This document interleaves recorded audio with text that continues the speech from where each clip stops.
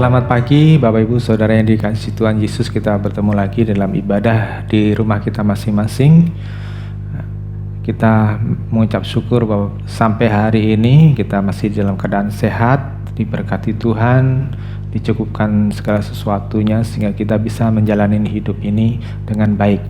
Bapak Ibu yang dikasihi Tuhan, sudah hampir 3 bulan kita memasuki masa tidak bisa berkumpul bersama-sama dalam jumlah yang besar. Masyarakat semakin bijaksana menghadapi penyebaran virus, ya, baik yang ada di Indonesia, di kota-kota besar sampai ke pelosok-pelosok. Saya masuk ke desa-desa dan mereka mempunyai pengertian yang cukup bagus saat ini. Bahkan penduduk desa yang banyak pendidikannya rendah pun mereka memahami kebijakan negara, termasuk juga pemerintah-pemerintah di seluruh dunia. Dari 215 negara yang terpapar COVID ini, mereka mengambil kebijaksanaan yang bermacam-macam. Ada yang menerapkan sistem lockdown secara ketat seperti di China, di Itali, ya, itu orang tidak boleh keluar sama sekali, atau sekedar hanya menghimbau orang untuk menjaga jarak atau PSBB seperti di Indonesia, sehingga orang tidak berdekatan satu dengan lainnya, dan mereka memakai alat-alat APD standar seperti masker, cuci tangan dan sebagainya. Terus kemudian para ilmuwan juga berlomba-lomba untuk mendapatkan vaksin. Ya, beberapa kabar sudah ditemukan walaupun masih taraf uji coba, ya, dan mereka sudah menemukan virus ini strukturnya bagaimana. Mereka menemukan bahwa virus ini lapisan luarnya terdiri dari lemak sehingga mudah dirusak oleh sabun, dan mereka bisa menghimbau masyarakat untuk menerapkan cuci tangan sebelum mengerjakan sesuatu atau sesudah mengerjakan sesuatu. Nah, saudara yang dikasihi Tuhan, kita juga mendengar tentang prediksi-prediksi ekonomi dalam 2 tahun ke depan. Kita bisa melihat para pakar ekonomi ada kesuraman setelah kehancuran beberapa bidang bisnis di dunia ini, seperti transportasi udara, perhotelan, pariwisata, restoran dan sebagainya. Ya, kita semakin bijaksana di dalam perkara-perkara di hal yang seperti ini. Nah, saudara, sebagai orang Kristen tentu kita tidak cuma sekedar kita menjadi orang yang naif, ya saya punya iman, saya menjalani kehidupan ini seperti ini, dan jadilah apa yang dikehendaki Tuhan, ya, dan semua tanggung jawab tentang kejadian-kejadian yang dialami itu diserahkan sama Tuhan, karena mereka hanya menganggap bahwa semuanya sudah ditentukan oleh Tuhan atau ditakdirkan oleh Tuhan. Nah, saudara yang dikasihi Tuhan, ini kenaifan seperti ini tentu bukan tujuan Tuhan untuk semuanya itu terjadi pada masa ini. Kenapa banyak orang menjadi naif? Karena mereka nggak pernah diajar untuk apa jadi orang Kristen. Tanggung jawabnya apa sebagai orang Kristen? Apa manfaatnya jadi orang Kristen? Apa yang semestinya dilakukan pada kondisi-kondisi yang seperti ini? Nah, akibatnya banyak orang Kristen terfokus kepada kebutuhan jasmani saja.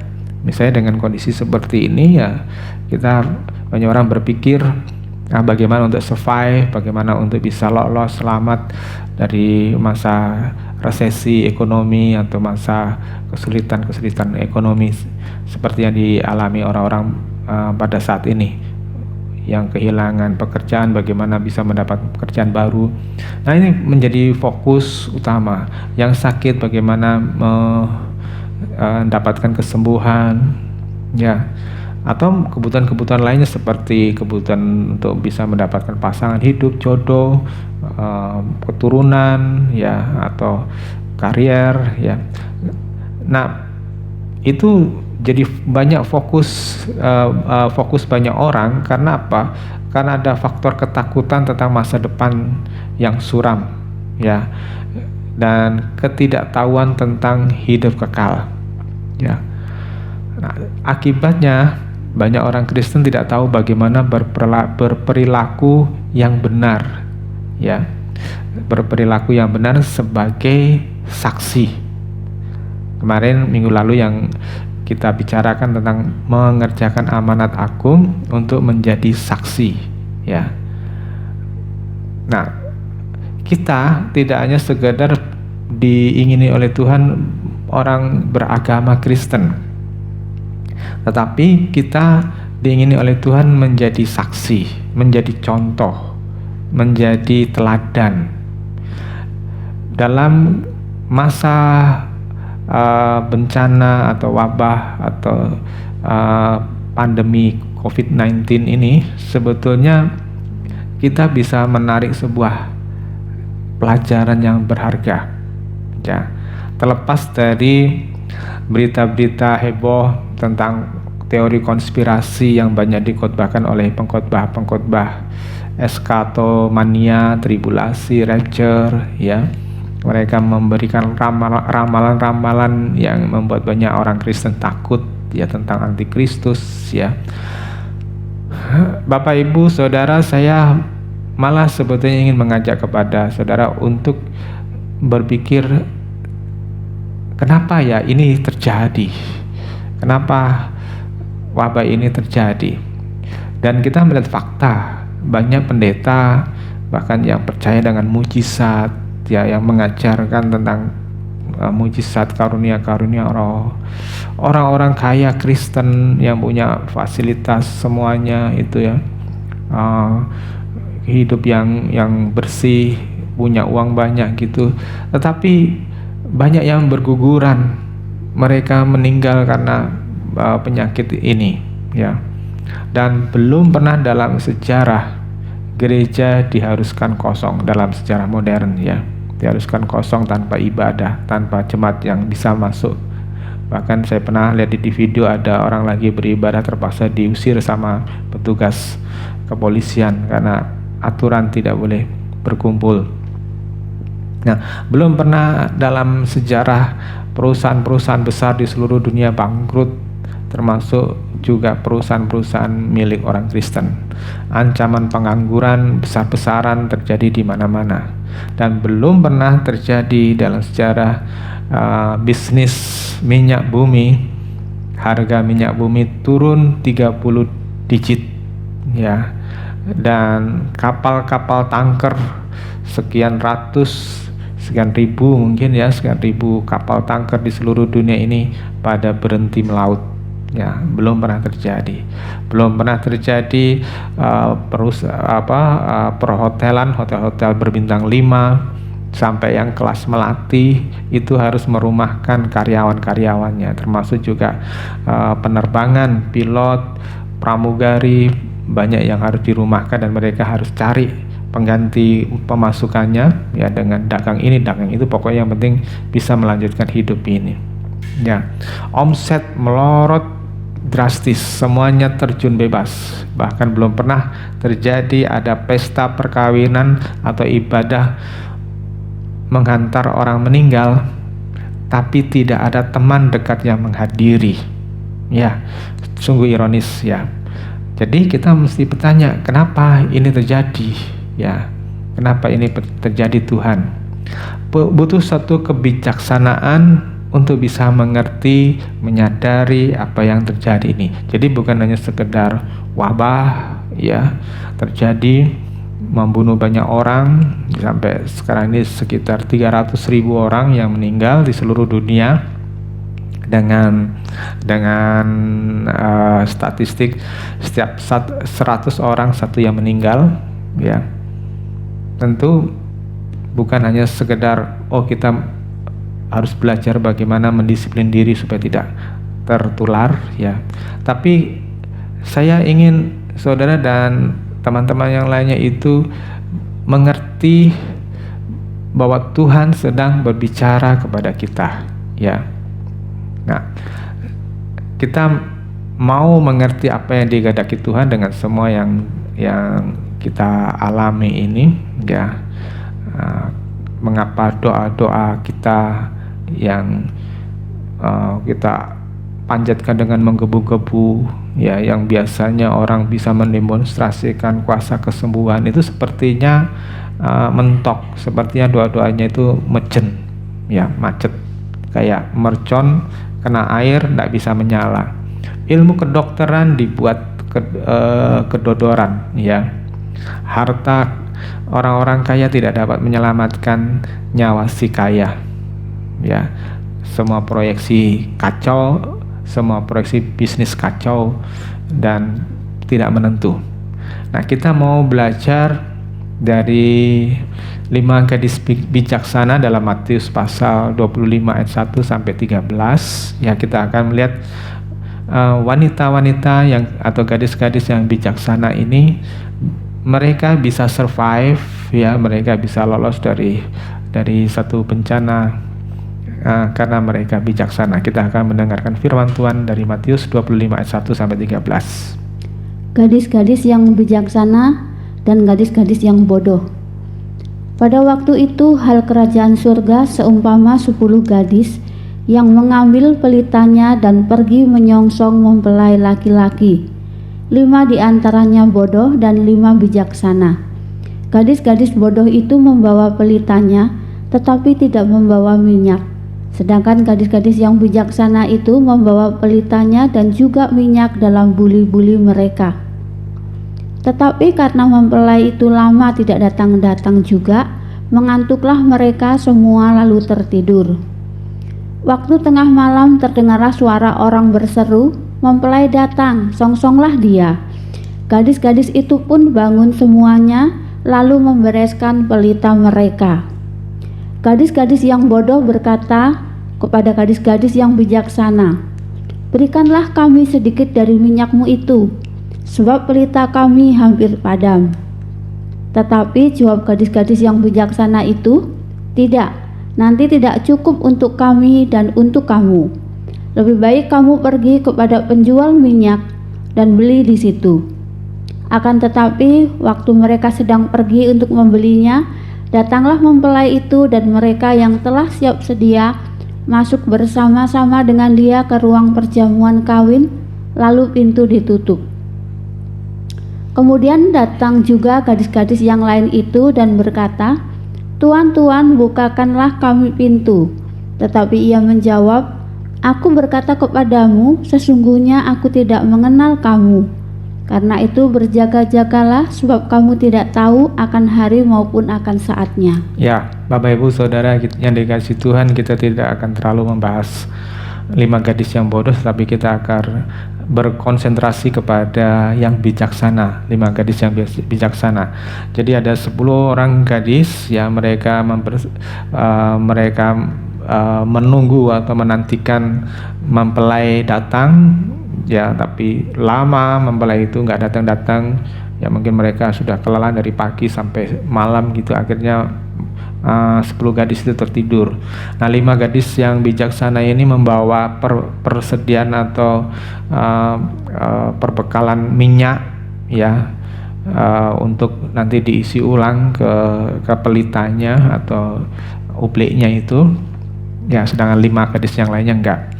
Saudara yang dikasihi Tuhan, ketika tengah malam datang mempelai tersebut, ya, gadis-gadis ini geragapan begitu langsung bangkit dari tidurnya dan mereka menyadari bahwa ublik mereka atau pelita mereka itu sudah ketap-ketip, ya, sudah mau mati. Nah, yang bijaksana ini punya cadangan minyak, langsung bisa mengisi. Sampai akhirnya mereka bisa mengikuti pesta yang diadakan. Saudara yang dikasihi Tuhan, perumpamaan tentang Matius pasal 25 ayat 1 sampai 13 ini merupakan bagian dari seluruh pasal 25, dan kalau kita lihat ada beberapa beberapa contoh di dalam pasal 25, ada beberapa perumpamaan tentang kerajaan sorga. Ya, salah satunya yang kita baca tadi adalah tentang gadis bijaksana dan gadis yang bodoh. Ada talenta, ada orang-orang yang diberikan 3 jenis talenta dan seterusnya. Nah, saudara yang dikasih Tuhan, kita tertarik sekali kenapa Tuhan memberikan contoh atau mengumpamakan kerajaan sorga itu dengan dengan gadis yang bijaksana. Ya, wanita dalam konteks Alkitab itu selalu menggambarkan tentang pribadi gereja atau orang-orang Kristen, ya, yang akan disandingkan bersama dengan Kristus sebagai mempelai wanita. Ya, seperti di dalam Wahyu pasal 19 pasal 20 kita melihat bahwa ketika Yesus datang yang kedua kalinya membawa gereja, dan kedatangannya itu penuh dengan kemuliaan, dan digambarkan di situ bahwa Yerusalem bahwa kedatangan Tuhan itu membawa kemuliaan yang luar biasa kepada gereja yang dipilih untuk masuk ke Yerusalem yang baru.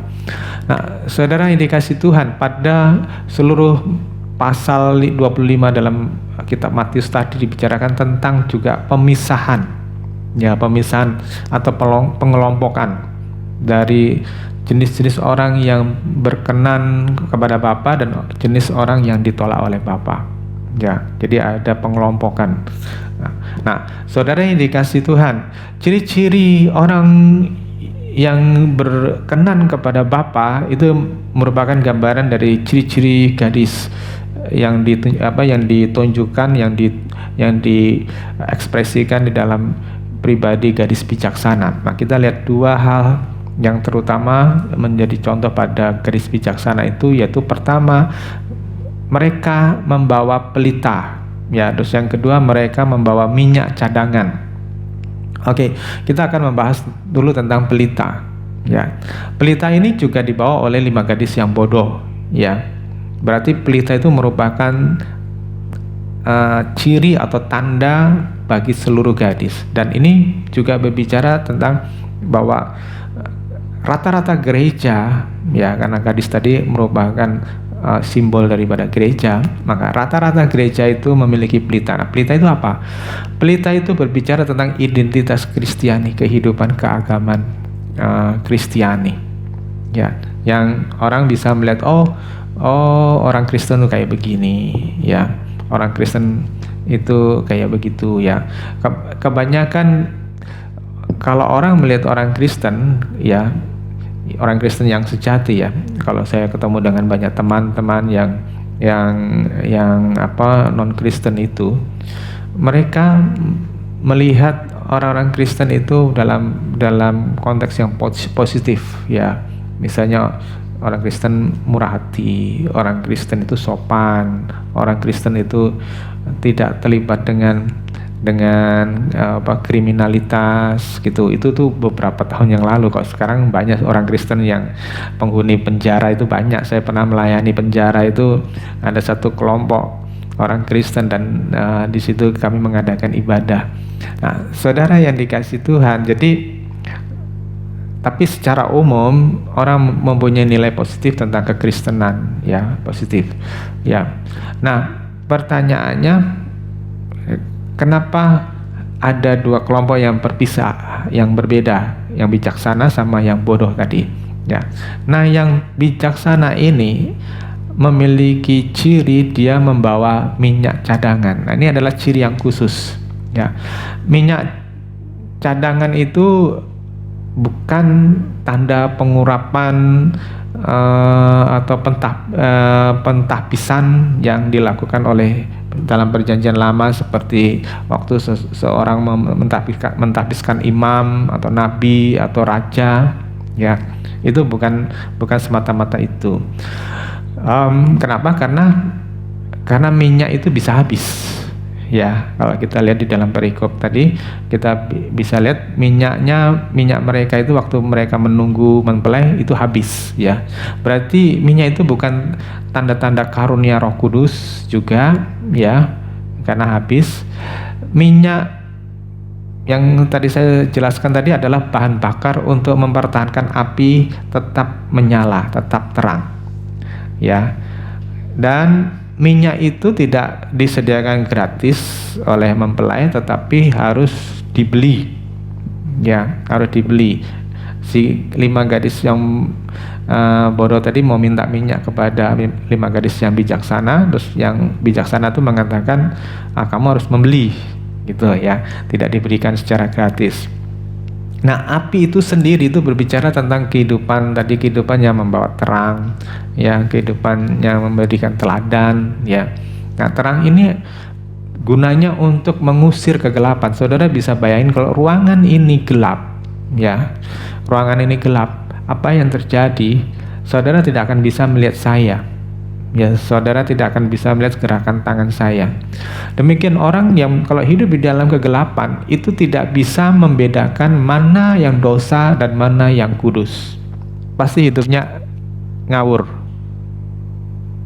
Ya, pasti hidupnya nggak benar karena semaunya sendiri. Ya. Nah, untuk mempertahankan kehidupan yang membawa terang, yaitu kehidupan yang kudus, maka seseorang, yaitu saudara dan saya, perlu mempunyai hati yang telah diberikan pengertian, ya, akan pengenalan akan Allah.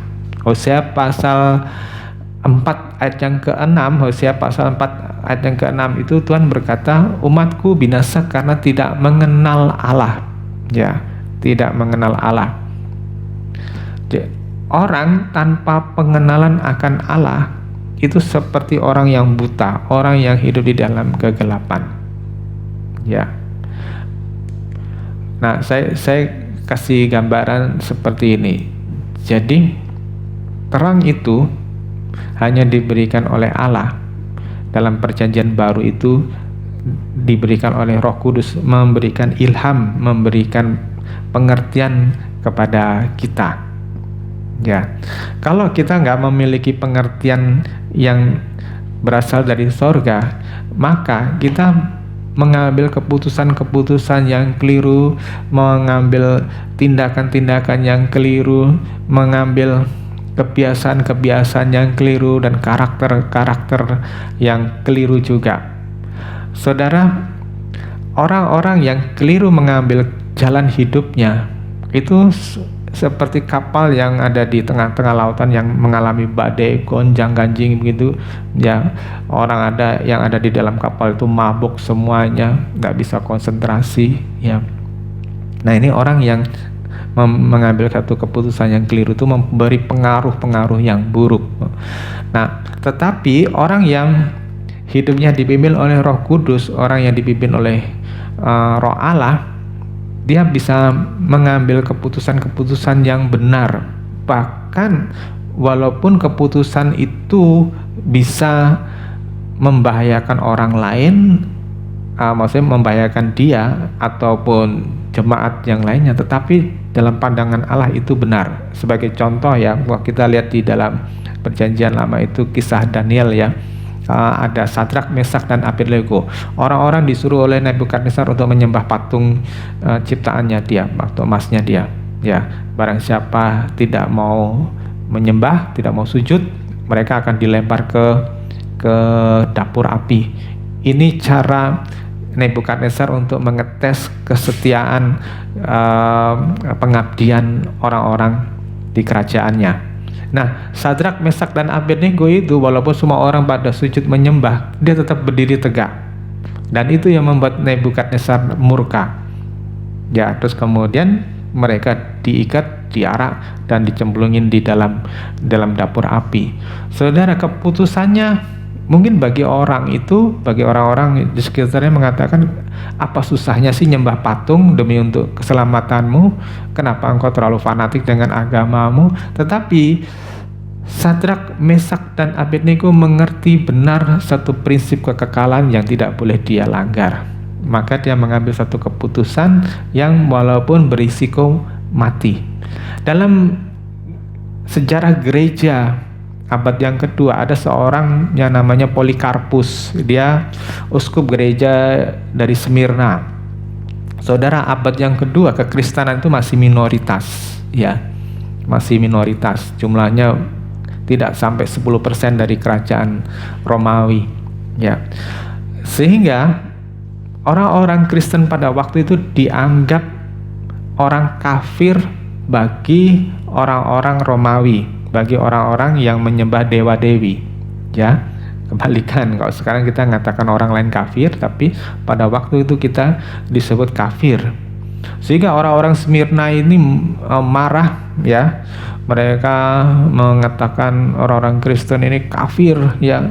Hanyalah kafir dari Smyrna, minggatlah kafir, mampuslah kafir dari Smyrna. Nah, seperti itu, ya, yel-yel mereka. Nah, mereka orang-orang Kristen banyaknya ditangkepin dan dibuang ke kandang singa, kandang binatang buas, dan dicabik-cabik. Sampai akhirnya seorang pemimpin mereka, yaitu Polikarpus, itu udah dinasihati sahabat-sahabatnya, udah kamu pergi aja, tinggalin Smyrna, ya, tapi dia nggak mau. Terus dia tetap tinggal di ladangnya, dan akhirnya tentara menangkap dia. Terus di situ Polikarpus diarak ke pengadilan. Sebetulnya komandan tentara itu kasihan sama Polikarpus, karena Polikarpus sudah tua, umurnya sudah 86 tahun, ya. Dan gubernur pun melihat si Polikarpus pun juga, gubernur Smyrna, gubernur Romawi yang memimpin Smyrna itu juga kasihan, pengen menyelamatkan. Jadi dia membujuk Polikarpus, udahlah kamu hujat Kristusmu itu, Yesusmu itu, apa salahnya sih kamu nyembah kaisar demi untuk kesejahteraanmu. Tapi ada satu kalimat, ada satu kata-kata Polikarpus yang terkenal, ya, menginspirasi banyak orang Kristen pada waktu itu. Dia berkata begini, selama 86 tahun aku telah mengabdi kepada Kristus dan ia tidak pernah menyakitiku. Bagaimana mungkin aku dapat mencaci raja yang telah menyelamatkanku? Saudara, gubernur itu memberikan ancaman, kamu akan saya lempar ke kandang binatang buas. Polikarpus bahkan bisa menjawab begini, jika seandainya keputusanmu itu menjadi sesuatu yang baik, silahkan, tetapi keputusanmu itu adalah sesuatu yang salah. Terus kemudian si gubernurnya mengancam lagi, kalau gitu kamu akan saya bakar hidup-hidup. Polikarpus bisa berani berkata, dengan api ini aku paling menderita selama 1 jam, tetapi engkau akan menghadapi api yang kekal. Nah, saudara yang dikasih Tuhan, singkat cerita Polikarpus tetap dihukum, dibakar hidup-hidup, ya, di Smyrna pada tanggal 23 Februari tahun 155 Masehi, ya, abad kedua, dibakar hidup-hidup. Tapi nggak mati-mati pada waktu itu. Akhirnya tentara Romawi itu menusuk dia dengan tombak dan dia baru mati. Nah, saudara yang dikasih Tuhan, bagaimana bisa Polikarpus yang tua 86 tahun itu dapat setia sampai mati seperti itu? Ya, sesuatu yang luar biasa. Dia bukan orang yang kaya, dia bukan memiliki segala-galanya, tapi dia memiliki satu kekayaan rohani yang luar biasa, namanya kesetiaan. Nah, bagaimana kesetiaan itu bisa muncul dalam diri Polikarpus? Karena dia mengenal ajaran Kristus yang benar melalui gurunya. Siapa gurunya? Saudara tahu, gurunya itu adalah Yohanes Rasul. Ya, Yohanes anak Zebedeus, murid Tuhan Yesus yang menulis kitab Wahyu maupun Injil Yohanes. Nah, dia melihat bagaimana hidup gurunya dibuang di Pulau Patmos, bagaimana gurunya berani berdoa di kuil Artemis di kota Efesus sampai mesbah Artemis itu terbelah 2 waktu si Yohanes berdoa itu, ya. Dia melihat Tuhan yang disembah oleh gurunya itu Yohanes Rasul tadi adalah Tuhan yang benar. Nah, disitulah Polikarpus bisa melihat indahnya melayani, ya, dan indahnya mengambil tongkat estafet yang diserahkan oleh gurunya Rasul Yohanes tadi. Saudara, ini dia pegang ketika dia masih muda sampai umur 86 tahun, dan dipercayakan setelah Yohanes meninggal kira-kira tahun 100-an ya. Tahun 100-an itu dia meninggal. Nah, Polikarpus melanjutkan pelayanannya di Smyrna sampai 86 tahun ya. Saudara, bisa dibayangkan orang yang seperti Polikarpus tadi mengenal Allah sampai tidak menyayangkan nyawanya. Saya percaya dalam didikan Yohanes tadi, Polikarpus memperhatikan sekali apa yang diajarkan oleh gurunya, sehingga nggak ada yang ditakutkan selain Allah yang Maha Tinggi. Nah, saudara yang dikasih Tuhan, kita lihat nasihat Tuhan di dalam Matius pasal yang keempat, ayat yang keempat, bahwa manusia itu tidak hanya hidup dari makanan saja, tetapi dari firman Tuhan. Matius 4 ayat 4. Tetapi Yesus menjawab, ada tertulis, manusia hidup bukan dari roti saja, tetapi dari setiap firman yang keluar dari mulut Allah. Ya, setiap firman yang keluar dari mulut Allah. Saat seseorang itu mau mengkonsumsi, menikmati firman Allah, firman yang keluar dari mulut Allah, ya, ada satu kehidupan rohani yang tidak bisa dijelaskan dengan akal budi. Gubernur Smyrna sampai memohon kepada Polikarpus, demi hidupmu kakek, selamatkan dirimu. Apa salahnya menyembah kaisar dan kutuki Yesusmu itu, ya.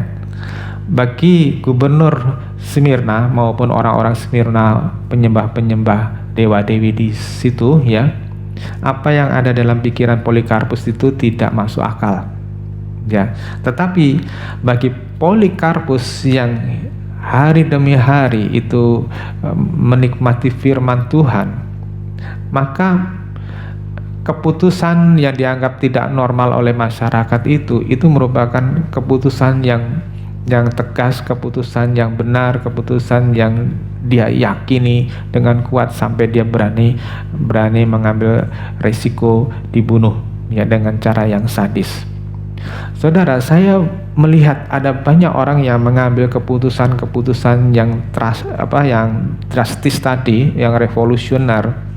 Itu orang bisa berubah di kehidupan yang jahat menjadi kehidupan yang kudus. Saya pernah mendengar satu kesaksian seorang pria yang dari Indonesia bagian timur, terus kemudian pergi ke Jakarta, tinggal di Jakarta, tetapi di sana kehidupan keras membentuk dia menjadi orang yang jahat, menjadi orang yang kasar, ya. Nah, dia suka berkelahi, membunuh dan sebagainya, merampok, merampas, ya. Tapi pada suatu saat ketika Tuhan jamah hatinya untuk masuk ke sebuah gereja, terus mendengar satu pujian, orang itu disentuh oleh Roh Kudus, terus kemudian dia bertobat, terus kemudian dia belajar firman Tuhan. Orang itu berubah sama sekali 180 derajat. Kenapa? Nah, 2 Timotius 3 ayat yang ke-16. 2 Timotius 3 ayat 16. Segala tulisan yang diilhamkan Allah memang bermanfaat untuk mengajar, untuk menyatakan kesalahan, untuk memperbaiki kelakuan, dan untuk mendidik orang dalam kebenaran. Dengan demikian, tiap-tiap manusia kepunyaan Allah diperlengkapi untuk setiap perbuatan baik. Saya percaya bahwa setiap tulisan yang diilhami oleh Allah, oleh Roh Kudus, ya, itu mampu mengubah seseorang, mampu mengubah seorang yang jahat sekalipun, seorang yang berzina sekalipun, seorang narkoba sekalipun, ya, itu berubah menjadi 180 derajat menjadi pelayan Kristus. Nah, firman Tuhan ini disediakan oleh Tuhan untuk memperlengkapi saudara dan saya untuk setiap perbuatan baik. Ayat 17 tadi katakan, ya. Artinya, jika orang tidak diengkremi oleh firman Tuhan, tidak hidup di dalam firman Tuhan, ia tidak akan bisa mampu melakukan perbuatan-perbuatan baik dengan benar, dengan tulus, ya. Kenapa? Karena firman Tuhan itu memerdekakan orang dari ikatan roh jahat. Mari kita sudah belajar bahwa setiap orang yang lahir di dunia ini, ya, saudara bisa baca di dalam Roma pasal yang ketiga, ya, tidak ada seorang pun yang benar di hadapan Tuhan. Sejak Adam dan Hawa jatuh di dalam dosa, maka orang tersebut itu dikendalikan oleh naluri dosanya. Apa yang dia pikirkan, apa yang dia senangi, itu merupakan bentukan dari naluri dosa. Ya, saya gambarkan seperti ini.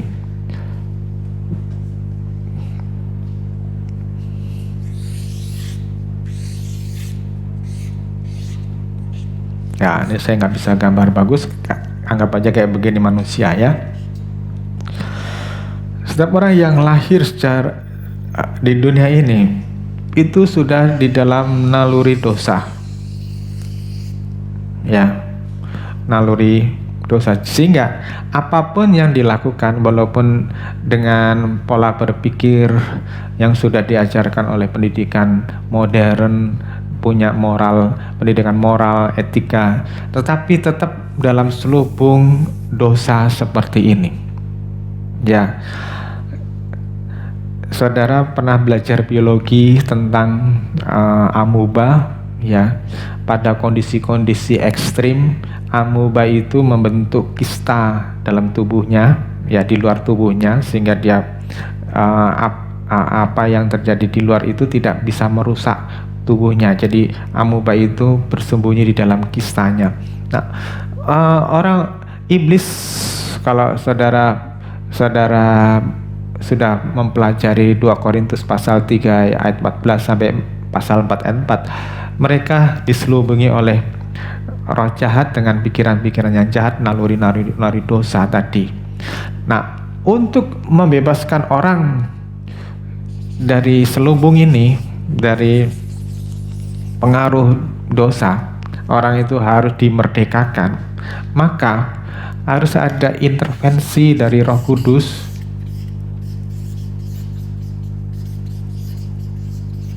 masuk dalam hatinya, dalam jiwanya. Yohanes pasal 8 ayat yang ke-31 32. Maka katanya kepada orang-orang Yahudi yang percaya kepadanya, jikalau kamu tetap dalam firman-Ku, kamu benar-benar adalah murid-Ku, dan kamu akan mengetahui kebenaran, dan kebenaran itu akan memerdekakan kamu. Ya, kebenaran akan memerdekakan kamu, ya. Ketika seseorang itu mengetahui kebenaran.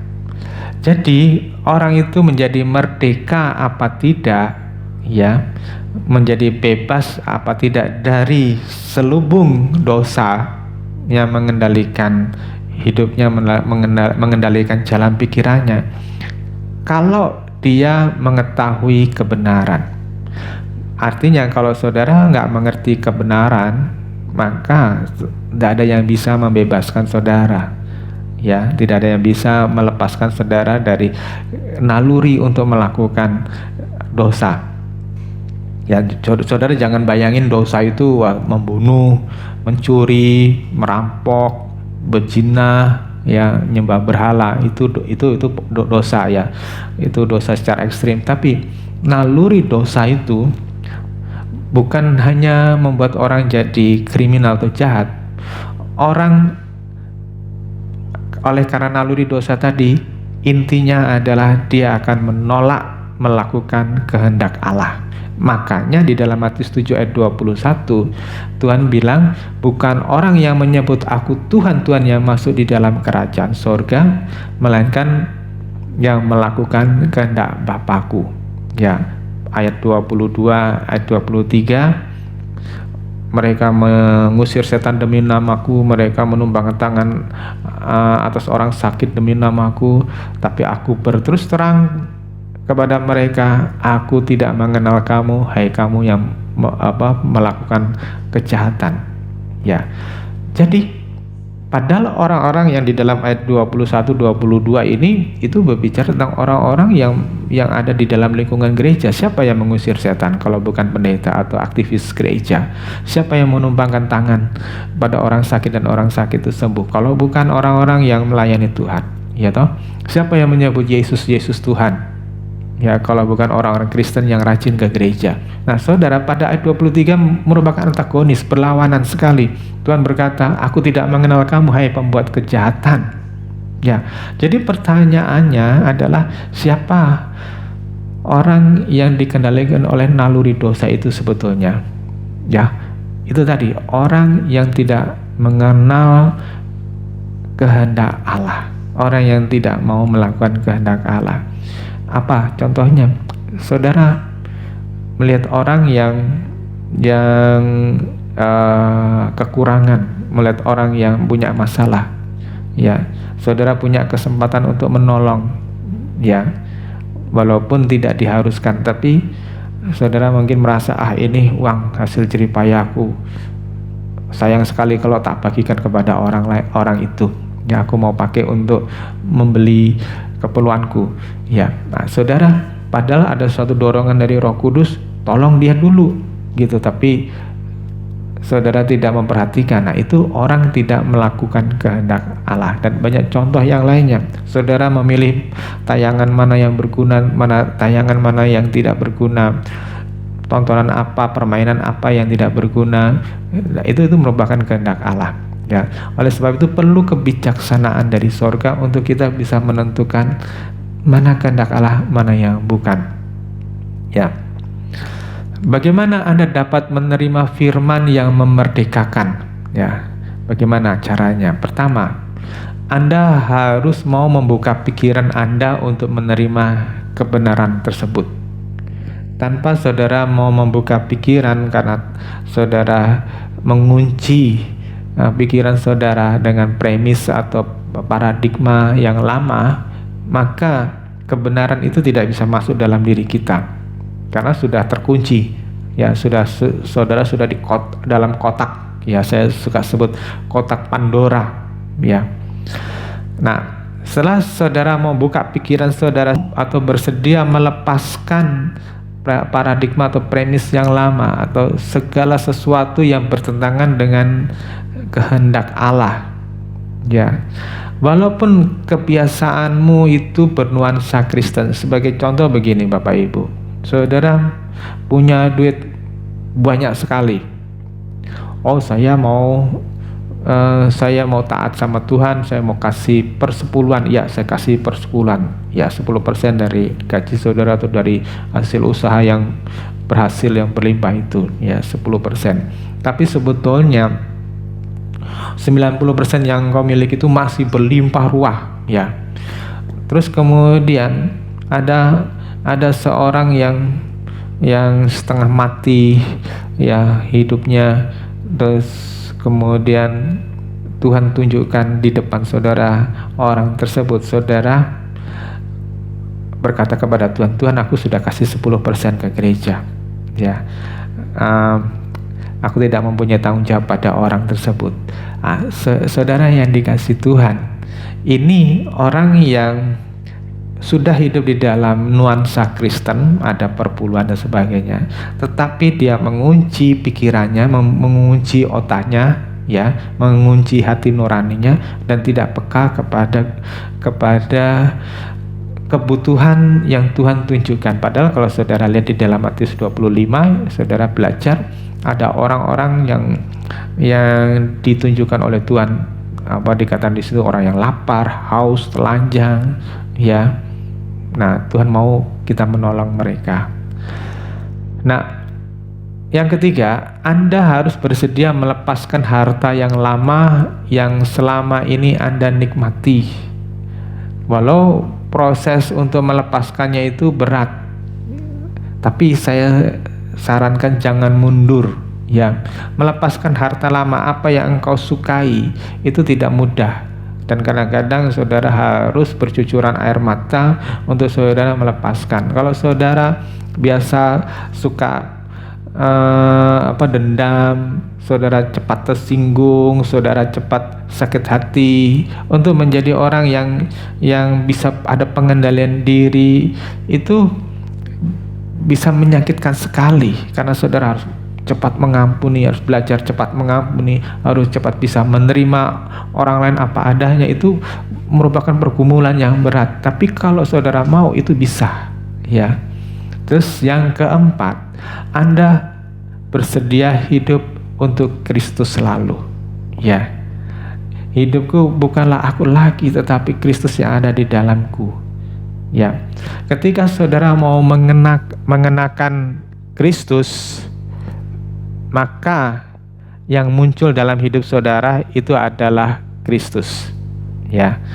Sifat-sifat Kristus, karakter Kristus, kebiasaan Kristus, ya. Pada intinya mendapatkan hikmat dari Allah itu harus punya rasa takut akan Allah, ya. Kalau saudara tidak punya rasa takut akan Allah, maka hikmat atau kebijaksanaan yang sudah disediakan oleh Tuhan melalui Roh Kudus tadi itu tidak masuk di dalam benak kita, dalam pengertian kita. Kita lihat di dalam Amsal pasal 1 ayat yang ke-7. Takut akan Tuhan adalah permulaan pengetahuan, tetapi orang bodoh menghina hikmat dan didikan. Ya, takut akan Tuhan adalah permulaan pengetahuan atau permulaan kebijaksanaan, tetapi orang bodoh menghina hikmat dan didikan. Tanpa orang memiliki rasa takut, dalam arti memiliki hormat kepada Tuhan, walaupun dia pandai, walaupun dia sarjana, walaupun dia S1, S2, S3, bahkan profesor sekalipun, ketika orang tidak memiliki rasa takut akan Tuhan, maka pengetahuan atau hikmat tentang perkara-perkara surgawi itu menjadi mentok, ya. Menjadi orang itu akan jadi bodoh, ya, tidak mengerti kehendak Allah. Jadi pada dasarnya adalah hikmat itu adalah atau kebijaksanaan itu adalah mengerti kehendak Allah. Nah, untuk bisa dididik oleh Tuhan, oleh firman Tuhan, ya, disitulah saudara memiliki minyak yang saudara bisa bertahan dalam kondisi yang berat seperti Polikarpus tadi. Nah, dikatakan di dalam ayat yang ke-9 itu, minyak itu harus dibeli. Jadi minyak itu bukan gratis, artinya harus dibeli. Saudara, untuk mendapatkan kebenaran itu, saudara harus melepaskan uang yang lama, melepaskan harta yang lama untuk mendapatkan harta yang baru. Ada jemaat Laodikia yang di dalam Wahyu pasal yang ke-3 merupakan jemaat yang makmur, jemaat yang giat juga, itu masih abad pertama, ya, masih gereja mula-mula, ya, masih mengalami para rasul pada waktu itu, ya, masih ada rasul yang terakhir yaitu Rasul Yohanes, dan mereka masih melihat mujizat-mujizat yang dilakukan melalui rasul-rasul tadi. Tetapi kalau kita baca dengan jeli, maka di situ di Wahyu pasal 3 pada jemaat Laodikia, Tuhan itu menegur keras jemaat ini, ya, karena mereka itu suam-suam kuku, tidak dingin tidak panas, dan Tuhan mengatakan, aku mau memuntahkan kamu kalau tidak bertobat. Ya. Nah, Tuhan memberikan nasihat kepada jemaat Laodikia di dalam Wahyu pasal 3:18 supaya mereka tidak dimuntahkan oleh Tuhan. Mereka harus membeli dari Tuhan. Kita baca Wahyu pasal 3 ayat yang ke-18. Maka aku menasihatkan engkau supaya engkau membeli daripadaku emas yang telah dimurnikan dalam api, agar engkau menjadi kaya, dan juga pakaian putih supaya engkau memakainya, agar jangan kelihatan ketelanjanganmu yang memalukan, dan bagi minyak untuk melumas matamu supaya engkau dapat melihat. Ya. Aku menasihatkan engkau supaya engkau membeli. Ya, ini saudara, membeli yang dari Tuhan. Tuhan menggambarkan di sini membeli daripadaku emas yang dimurnikan. Kita belajar di dalam 2 Timotius pasal yang kedua ayat yang ke-20 kemarin, ya.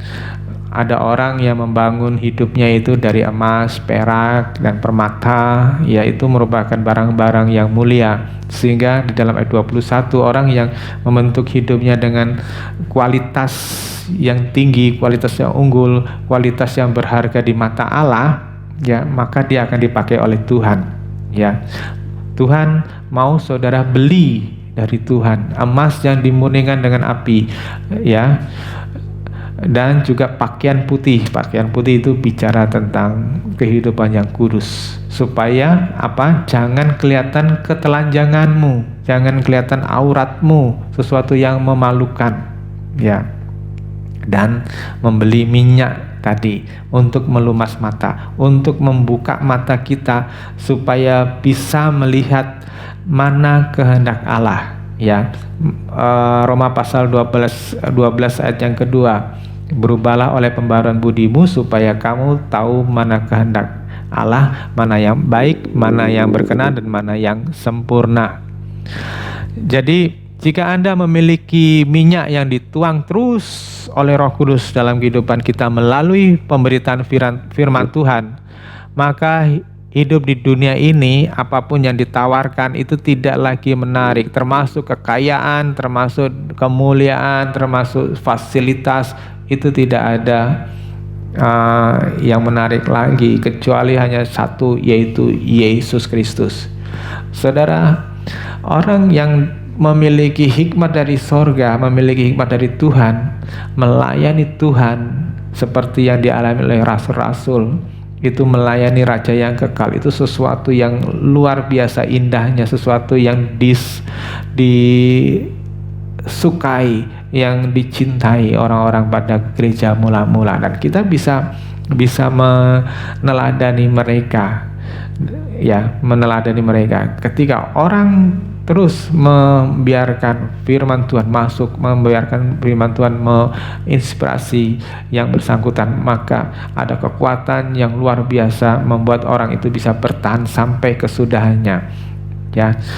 Walaupun keadaannya makin berat seperti yang dialami Polikarpus, Sadrak, Mesak, dan Abednego, Daniel, dan sebagainya, mereka bisa bertahan sampai akhir. Nah, saudara yang dikasihi Tuhan, ini adalah ujian bagi saudara, kesetiaan bagi saudara. Apakah saudara tetap bisa bertahan di dalam Tuhan apa tidak? Kita tidak pernah ketemu di gereja, ya, kita tidak pernah berkumpul-kumpul di gereja bersama-sama. Di situ ujiannya. Sebagian orang mereka beribadah dengan keluarga mereka, tidak hanya cuma pas hari Minggu pagi di rumahnya masing-masing. Mereka ada yang setiap malam mereka berkumpul berdoa bersama dengan anak-anak dan suami dan istrinya. Tapi ada banyak orang juga kesempatan mereka mengumbar kesantaian mereka, mengumbar kesenangan mereka, dan itulah ujiannya. Kalau saudara menanamkan firman Tuhan dalam hidupmu, engkau akan mengerti kebijaksanaan dari sorga, dan engkau akan memiliki persediaan minyak yang cukup untuk engkau bisa bertahan sampai Tuhan datang atau sampai engkau dipanggil menghadap tahta pengadilan Allah, ya. Nah, saudara, kau mempunyai minyak berarti engkau mempunyai terang, ya. saat ini keputusanmu masing-masing, apakah engkau mau sungguh-sungguh dengan Tuhan ataukah engkau hanya sekedar mau beragama Kristen. Tuhan memberikan kebebasan untuk memilih, itu yang disebut kehendak bebas, ya. Tetapi setiap apa yang kita lakukan pada suatu harinya kelak akan dimintain pertanggungan jawab. Firman Tuhan di dalam Ibrani 9 ayat 27, manusia mati hanya satu kali saja, setelah itu dihakimi. Ya, Tuhan Yesus memberkati. Amin. Mari kita berdoa. Tuhan, hamba-Mu berdoa supaya setiap orang yang mendengarkan firman Tuhan ini tentang 5 gadis yang bijaksana, mereka semuanya mengambil keputusan dengan sungguh-sungguh untuk mereka mengisi hidup mereka dengan firman Tuhan, mengisi hidup mereka dengan mengerti kehendak Allah, sehingga mereka bisa mempertahankan api roh mereka menyala-nyala dalam melayani Tuhan. Karena kami tahu tanpa firman Tuhan, tanpa kesetiaan kepada firman Tuhan, setiap kami tidak bisa bertahan menghadapi goncangan yang sedang terjadi di seluruh dunia ini. Tuhan, tolong jemaat-Mu untuk mengerti kehendak-Mu. Terima kasih Bapa, di dalam nama Tuhan Yesus. Amin.